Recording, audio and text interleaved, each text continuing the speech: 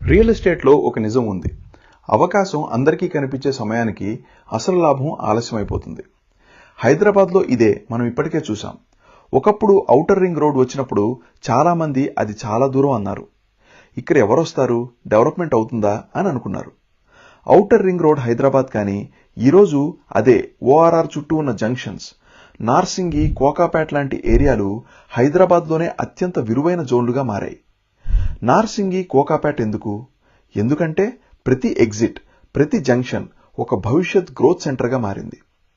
ముందు రోడ్ వచ్చింది, ఆ తర్వాత కనెక్టివిటీ పెరిగింది, తర్వాత కంపెనీలు వచ్చాయి, ప్రాజెక్ట్స్ వచ్చాయి, చివరికి ల్యాండ్ వాల్యూస్ బూమ్ అయ్యాయి. ఇప్పుడు అదే హిస్టరీ మళ్లీ రిపీట్ అవుతుంది. హైదరాబాద్ చుట్టూ వస్తోంది రీజనల్ రింగ్ రోడ్, 350+ కిలోమీటర్ల భారీ circle. Regional ring road Hyderabad ఒక్కసారి ఆలోచించండి.